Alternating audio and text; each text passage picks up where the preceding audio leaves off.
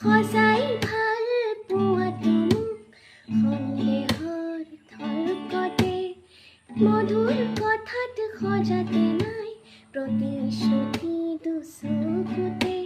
সদায় কাষতে থাকি